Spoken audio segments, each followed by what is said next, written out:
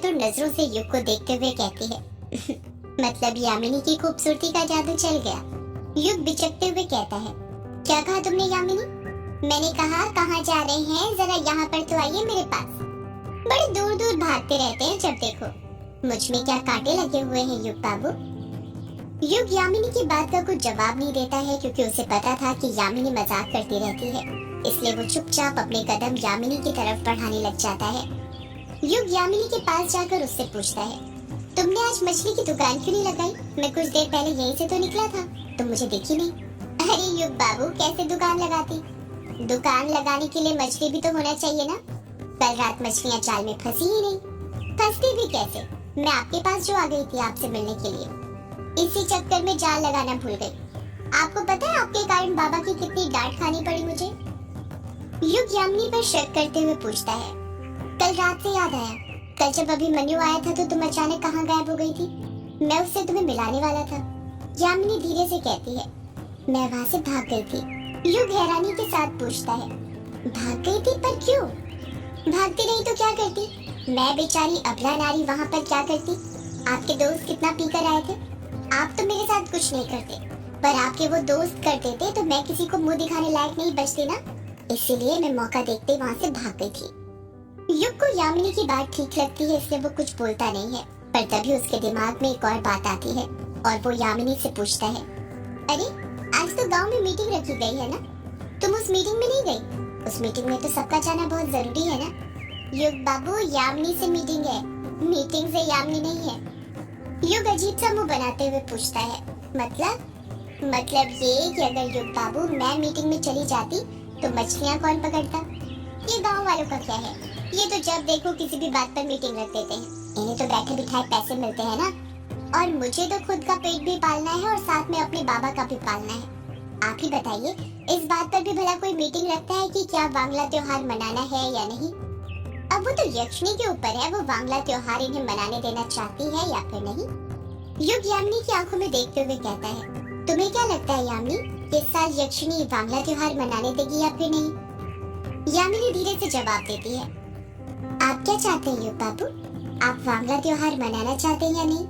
अगर आप मनाना चाहते हैं तो मैं यक्षिणी से बोल दूंगी कि कुछ ना करे, सबको खुशी खुशी वांगला त्योहार मनाने दे।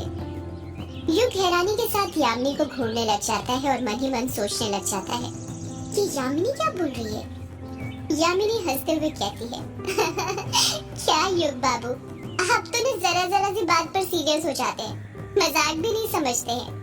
यक्षिणी कोई मेरी दोस्त थोड़ी है कि मुझे पता होगा कि वो गांव वालों को वांगला त्योहार मनाने देगी या फिर नहीं। अब वो तो आने वाले कुछ दिनों में ही पता चलेगा कि यक्षिणी क्या चाहती है। युग अभी भी यामिनी की ही आंखों में देखे जा रहा था। यामिनी ये बात नोटिस कर लेती है और युग को टोकते हुए कहती है, अरे ऐसे क्या देख रहे हैं मेरी आंखों में?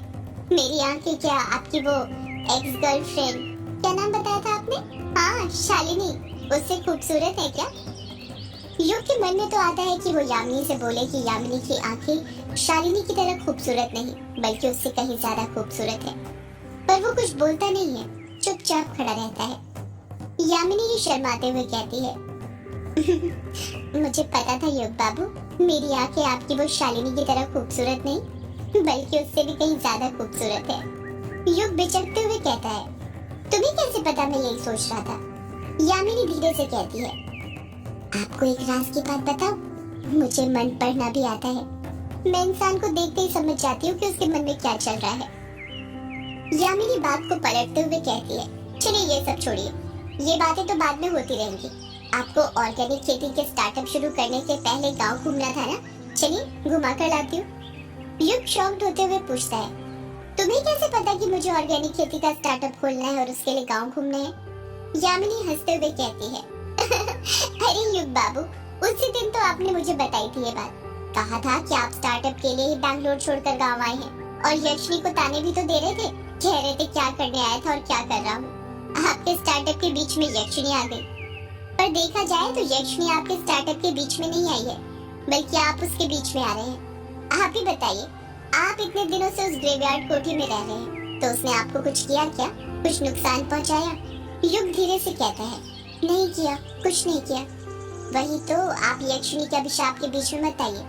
यक्षिणी आपके स्टार्टअप के बीच में नहीं आएगी। यामिनी, मुझे वही तो पता करना है कि आखिर वो अभिशाप है क्या जिसके कारण वो ये सब कर रही है। मैं तो उसे ही मुक्ति दिलाना चाहता हूँ। युग बाबू, यक्षिणी को उसके अभिशाप से कोई मुक्ति नहीं दिला सकता, समझे आप? इसलिए बेहतर यही होगा कि यक्षिणी के अभिशाप के बारे में पता करना छोड़ दीजिए। मैं कितनी बार बोल चुकी हूँ आपको, पर आप है कि जिद पकड़ कर बैठे हुए हैं। कहीं आप ये सब इसलिए तो नहीं कर रहे हैं ना क्योंकि यक्षिणी ने आपके पापा को भी अपना शिकार बनाया था? यामिनी का सवाल सुनकर युग चुप हो जाता है। यामिनी फिर पूछती है, बोलिए युग बाबू, आप चुप क्यों हो गए? ये सब आप यक्षिणी से अपने पिता की मौत का बदला लेने के लिए तो नहीं कर रहे? युग यामिनी की बात से इनकार करते हुए कहता है, नहीं यामिनी, ये सब तो मैं गांव वालों की भलाई के लिए कर रहा हूँ, वरना तुम भी जानती हो आने वाली अमावस्या को फिर यक्षिणी किसी मर्द को अपना शिकार बनाएगी और ये मैं नहीं चाहता।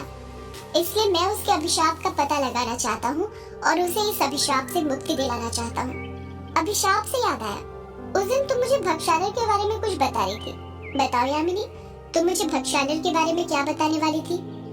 यामिनी अनजान बनते हुए कहती है, कौन भक्षानर युग बाबू? आप किस भक्षानर की बात कर रहे हैं? युग चिढ़ते हुए कहता है, यामिनी मजाक मत करो, अभी ये मजाक करने का वक्त नहीं है। तुम उस दिन भक्षानर के बारे में बता रही थी ना, तभी अभिमन्यु आ गया था। अरे वही भक्षानर जिसने साधना करके यक्षिणी को पृथ्वी लोक पर बुलाया था, उसके लोक से। मैं उसी भक्षानर के बारे में बात कर रहा हूँ। यामिनी कुछ याद करने का दिखावा करते हुए कहती है, अच्छा, आप उस भक्षानर की बात कर रहे हैं? युग यामिनी की बात से सहमत होते हुए कहता है, हाँ वही भक्षानर। बताओ यामिनी, तुम मुझे उसके बारे में क्या बताने वाली थी उस दिन? यही तो बताने वाली थी युग बाबू जो अभी आपने बोला कि भक्षानर ने ही द्वापर युग के अंत में यक्षिणी को पृथ्वी लोक पर बुलाया था। युग उदासी के साथ कहता है, क्या तुम मुझे यही बताने वाली थी? क्या तुम भक्षानर के बारे में कुछ नहीं जानती? तुम्हें नहीं पता वो कौन है, कहाँ से आया था और क्या चाहता था? नहीं युग बाबू, मुझे नहीं पता भक्षानर कौन था और वो क्या चाहता था। मुझे बस इतना पता है कि भक्षानर ने ही यक्षिणी को द्वापर युग के अंत में पृथ्वी लोक पर बुलाया था, और ये बात मैं आपको पहले ही बता चुकी हूँ। नहीं यामिनी, तुम मुझसे झूठ बोल रही हो और ये झूठ तुम्हारी आंखों में साफ दिख रहा है। यामिनी हंसते हुए कहती है, युग बाबू, भला मैं आपसे झूठ क्यों बोलूंगी? मुझे आपसे झूठ बोलकर क्या मिलने वाला है? जितना मुझे यक्षिणी और भक्षानर के बारे में पता था वो सब मैं आपको बता चुकी हूँ। युग जानता था कि यामिनी भक्षानर के बारे में कुछ न कुछ तो जरूर जानती थी, इसलिए वो नाटक करते हुए उदास होते हुए कहता है, मतलब तुम मेरी कुछ मदद नहीं कर सकती? नहीं युग बाबू, मैं आपकी कुछ मदद नहीं कर सकती। युग नजरें तिरछी करते हुए कहता है, फिर किस बात की दोस्ती यामिनी, जब तुम अपने दोस्त की मदद नहीं कर सकती? दोस्ती में तो लोग जान तक दे देते हैं, और तुम हो कि मुझे एक भक्षानर के बारे में कुछ नहीं बता सकती। यामिनी युग की ये चालाकी समझ जाती है और कहती है, युग बाबू, आप ना हर बार बस ऐसे ही मुझे इमोशनल ब्लैकमेल करते रहिए। पिछली बार भी आपने यही किया था मेरे साथ और यक्षिणी के बारे में जान लिया था। युग मासूम सा चेहरा बनाते हुए कहता है, तो प्लीज इस बार भी भक्षानर के बारे में कुछ बता दो ना यामिनी, प्लीज देखो मैं रिक्वेस्ट कर रहा हूँ तुमसे। युग का मासूम चेहरा देखकर यामिनी युग की बातों में आ जाती है और कहती है, युग बाबू, मुझे भक्षानर के बारे में ज्यादा कुछ नहीं पता क्योंकि बाबा ने यक्षिणी और भक्षानर के बारे में इतना ही मुझे बताया था। पर जब मैंने उनसे ये बात पूछी थी कि भक्षानर कौन है, तो उन्होंने कहा था सौदाइनों को भक्षानर के बारे में सब कुछ पता होता है। युग अपना मुंह फाड़ते हुए कहता है, अब ये सौदाइन क्या होती है? यामिनी युग के सवाल का जवाब देते हुए कहती है, सौदाइन क्या होती है, अगर ये सवाल आप गांव में किसी से भी पूछेंगे तो गांव का बच्चा बच्चा बता देगा, पर ये सौदाइनें कहाँ मिलेंगी ये आपको कोई नहीं बता पाएगा। युग हैरानी के साथ पूछता है, पर ऐसा क्यों? यामिनी युग की आंखों में देखते हुए कहती है, कहते हैं ये सौदाइनें इंसानों के बीच में रहती हैं, उनसे घुल मिलकर पर उन्हीं के साथ रहते हुए टोने टोट के भी करती हैं अपनी इच्छाओं की पूर्ति करने के लिए, और यदि इन्हें कोई टोने टोट के करते हुए देख लेता है या उन्हें पता चल जाता है कि वो सौदाइन है, तो सौदाइन अपने काले जादू की मदद से उन इंसानों को अधमरा कर देती हैं, या फिर ऐसा टोना करती है कि वो कुछ बोल ही नहीं पाता है, अपनी याददाश्त भूल जाता है। इसलिए आप बचकर रहिएगा इन सौदाइनों के चक्कर से। यामिनी अपने आसपास देखते हुए कहती है, अच्छा युग बाबू, अब मैं जाती हूँ। जाती हूँ? पर कहाँ? तुम तो मुझे गाँव घुमाने वाली थी ना। मैं आपको गांव घुमाने वाली थी, पर अब नहीं युग बाबू। अब मुझे शिकार करने जाना है। शिकार करने जाना है, पर किसका यामिनी?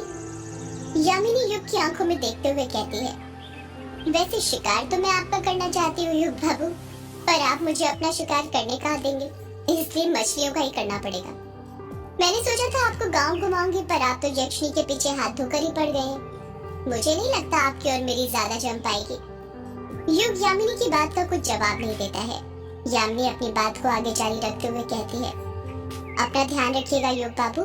हो सकता है कि यक्षिणी का अगला शिकार आप ही हो, क्योंकि जो यक्षिणी को परेशान करता है या उसके रास्ते में आता है, वो उसी को अपना शिकार बनाते हैं। कहीं ऐसा ना हो इस अमावस्या को आपका शिकार हो जाए। इतना कहकर यामिनी वहां से चली जाती है और युग कुछ नहीं कर पाता। उसका मन तो कर रहा था कि वो यामिनी को रोके और उससे बोले कि रुक जाओ, मुझे तुम्हारे साथ गांव की सैर करनी है, पर ये बात उसके दिल में कहीं दब कर रह जाती है। कई बार हमारे साथ ये होता है कि सामने वाले से हम कहना तो बहुत कुछ चाहते हैं, पर कह नहीं पाते। इसलिए नहीं कि हमारे अंदर एटीट्यूड होता है, बल्कि इसलिए क्योंकि हमें पता नहीं होता कि शुरुआत कैसे करें। इस तरफ अभिमन्यु, कायर और कछुआ ग्रेवयार्ड कोठी पहुंच गए थे और युग के आने का इंतजार कर रहे थे। अभिमन्यु और कायर सोफे पर बैठे हुए थे और कछुआ वहीं पर खड़े होकर अपना मोबाइल चला रहा था। कायर अभिमन्यु से पूछता है, यार ये युग अभी तक आया क्यों नहीं? ये तो मीटिंग में से हमसे पहले ही निकल गया था, अब तक तो इससे पहुंच जाना चाहिए था। अभिमन्यु युग की फिक्र करते हुए कहता है, हाँ यार अभी तक तो इसे आ जाना चाहिए था, पता नहीं कहाँ रह गया। इसका बिना कुछ अता पता ही नहीं रहता, पता नहीं क्या क्या करते रहता है। ए कछुए, जरा ये युग को फोन करके तो पूछ कहाँ तक पहुँचा, अभी तक आया क्यों नहीं? कछुआ अपना मोबाइल चलाते हुए कहता है, अभी मैं जरूरी काम कर रहा हूँ, तुम लोग अपने मोबाइल से युग को फोन लगा लो। अभिमन्यु झट से कहता है, अरे मेरा मोबाइल चार्जिंग पर लगा है, वरना मैं ही लगा देता, तुझसे बोलने की जरूरत नहीं पड़ती मुझे। कायर कछुए पर भिनकते हुए कहता है, अभी कछुए तो इतना क्या भाव खा रहा है, लगा देना चुपचाप युग को फोन। और ऐसा क्या जरूरी काम कर रहा है जो युग को फोन नहीं लगा सकता? कहीं तू फेसबुक तो नहीं चला रहा, और अभी तक यही तो चेक नहीं कर रहा कि तेरी वर्चस्विनी जी ने फ्रेंड रिक्वेस्ट एक्सेप्ट करी या नहीं? कछुआ नजरें टेढ़ी करते हुए कहता है, हाँ वही चेक कर रहा हूँ कि मेरी वर्चू ने मेरी फ्रेंड रिक्वेस्ट एक्सेप्ट करी या नहीं। कायर चिढ़ते हुए कहता है, यार कछुए तुझे कितनी बार समझाया कि वर्चस्विनी जी तेरी फ्रेंड रिक्वेस्ट एक्सेप्ट नहीं करने वाली, पर तू हमारी बात सुनता क्यों नहीं है? ये पागलपन छोड़ क्यों नहीं देता? कछुआ मायूस होते हुए कहता है, ऐसे कैसे छोड़ दूं? भला अपने प्यार को भी कोई छोड़ता है क्या? मैं अपनी वर्चू को पाकर ही रहूंगा, चाहे कुछ भी हो जाए। देखना, मेरी वर्चू मेरी फ्रेंड रिक्वेस्ट जरूर एक्सेप्ट करेगी। कायर कछुए पर दबाव बनाते हुए कहता है, लिख के ले ले, वर्चस्विनी जी तेरी फ्रेंड रिक्वेस्ट एक्सेप्ट नहीं करने वाली तो नहीं करने वाली, मैं ये गारंटी के साथ बोल सकता हूँ। कहाँ वर्चस्विनी जी और कहाँ तू? कायर ने इतना कहा ही था कि तभी कछुआ अपना मोबाइल देखकर खुश हो जाता है और उचकते हुए कहता है, यस यस यस, मुझे पता था जरूर ऐसा ही होगा। थैंक्स भगवान, आज पूरे 10 नारियल चढ़ाऊंगा। कायर मुंह बनाते हुए कहता है, क्या हुआ, तू इतना खुश क्यों हो रहा है? क्या बोल रहा था तू? वर्चस्विनी जी मेरी फ्रेंड रिक्वेस्ट एक्सेप्ट नहीं करने वाली। कछुआ अपने मोबाइल कायर को दिखाते हुए कहता है, ये देख, वर्चस्विनी जी ने मेरी फ्रेंड रिक्वेस्ट एक्सेप्ट कर ली। मैं कहता था ना तुमसे कि मेरी वर्चू भी मुझसे प्यार करती है, बस जाहिर नहीं करती। ये देखो, इसका जीता जागता सबूत तुम्हारे सामने है।